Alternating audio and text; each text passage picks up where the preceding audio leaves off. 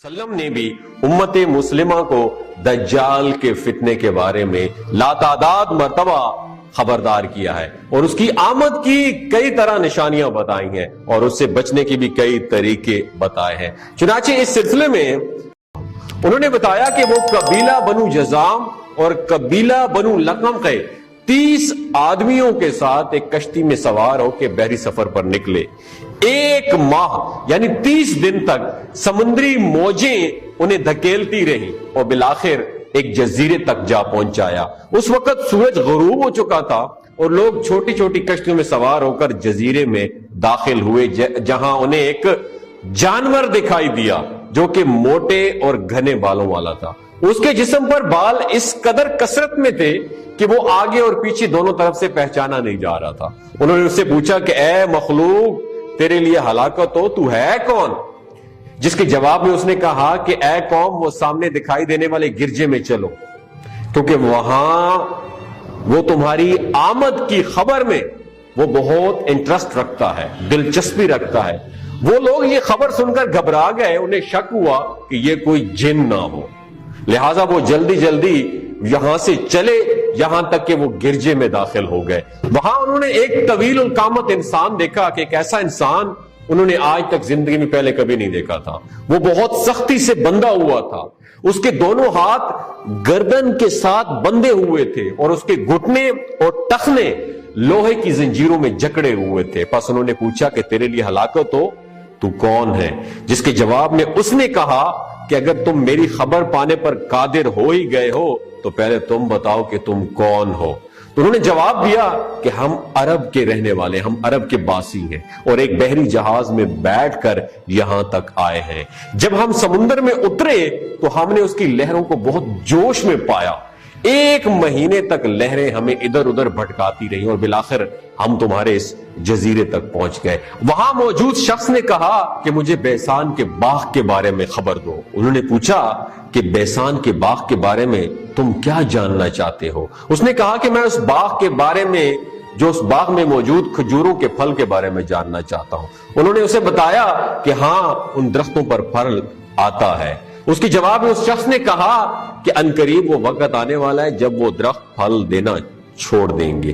फिर उसने कहा कि मुझे बहरे तिब्रिया के बारे में खबर दो। उन्होंने पूछा कि उसकी किस चीज के मुतालिक तुम जानना चाहते हो? उसने कहा कि मैं जानना चाहता हूं कि क्या उसमें अभी भी पानी मौजूद है?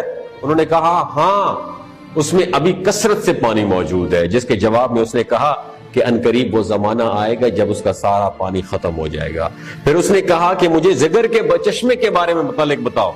चनाचे उन्होंने पूछा कि अगर उसकी किसी चीज के बारे में तुम जानना चाहते हो तो उसके जवाब में उसने कहा कि क्या उस चश्मे के पानी की मदद से वहां के लोग खेती बाड़ी करते हैं? तो उन्होंने जवाब दिया कि बेशक वो चश्मा कसीर पानी वाला है और वहां के रहने वाले उसके पानी से खेती बाड़ी भी करते हैं। फिर वो कहने लगा कि आप मुझे उम्मियों के नबी के बारे में कुछ बताओ कि उसने क्या किया है। उन्होंने जवाब दिया कि वो मक्का को छोड़कर यसरब यानी अब मदीना में है। उसने पूछा कि क्या रास्ते में उर्वा ने जंग की है? तो उन्होंने जवाब दिया कि हां, की है। फिर उसने एक और सवाल दाग दिया। उसने कहा कि क्या उस नबी ने अहले अरब के साथ कैसा सलूक किया? उन्होंने जवाब दिया कि वो अरब और उसके कुछ मुल्हिका इलाकों पर गालिब आ गए और सब उनकी इताअत करते हैं। उन्होंने पूछा कि क्या वाकई ऐसा हो चुका है? उन्होंने कहा हां, बिल्कुल सब ऐसा ही हो चुका है। जिसके बाद उसने कहा कि अब यही उन सब के हक में बेहतर है कि वो उसके नबी के ताबे हो जाएं। और अब मैं तुम्हें अपने बारे में खबर देता हूं कि मैं, पता है कौन है? मैं दज्जाल हूं। अनकरीब मुझे यहां से निकलने की इजाजत दे दी जाएगी। बस मैं यहां से निकलूंगा और पूरी जमीन के चक्कर लगाऊंगा और 40 रातों में हर बस्ती में उतरूंगा, लेकिन मक्का और मदीना को छोड़ के, क्योंकि इन दोनों जगहों पर जाना मेरे लिए हराम कर दिया जाएगा और वहां दाखिल होने से मुझे रोका जाएगा। उसकी हर एक घाटी पर फरिश्ते पहरा देंगे। हजरत फातिमा बिन कैस ने फरमाया कि हुजूर नबी करीम सल्लल्लाहु अलैहि वसल्लम ने अपनी उंगली को मिंबर से चबोया और इरशाद फरमाया कि ये तैयबा है, ये तैयबा है, ये तैयबा है, यानी मदीना है। کیا میں نے تمہیں یہ سب باتیں پہلے نہیں بتا دی تھی؟ تو صحابہ کرام نے عرض کیا بے شک. آپ صلی اللہ علیہ وسلم نے فرمایا کہ بے شک مجھے تمیم کی اس خبر کی خوشی ہے، کیونکہ یہ ان باتوں کی تصدیق کرتی ہیں جو دجال اور مکہ مدینہ کے بارے میں نے تم سب سے پہلے آلریڈی بیان کر رکھی ہیں.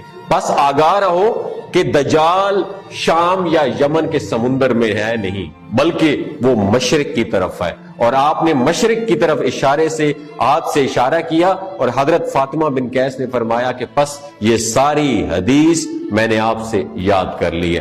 ناظرین، چونکہ ایک طویل حدیث ہے یہ، اس حدیث میں ایک طویل القامت انسان کا ذکر بھی ہے جس کا نام جساسہ تھا. شاید یہی وجہ ہے کہ اس نسبت سے اسے حدیث جساسہ کہا جاتا ہے. دوستو، اگر یہ انفارمیشن آپ کو اچھی لگی ہو تو بحیثیت مسلمان ان تمام معلومات کا ہمیں علم ہونا بہت ضروری ہے، تاکہ ہم آنے والے وقت کے لیے اپنے آپ کو پہلے پریپیئر کر سکیں. اس ویڈیو کو دوسروں کے ساتھ ضرور شیئر کیجئے. ہو سکتا ہے اس ویڈیو کے ذریعے اللہ تعالیٰ کسی کی زندگی اور دل بدل دے. بہت شکریہ.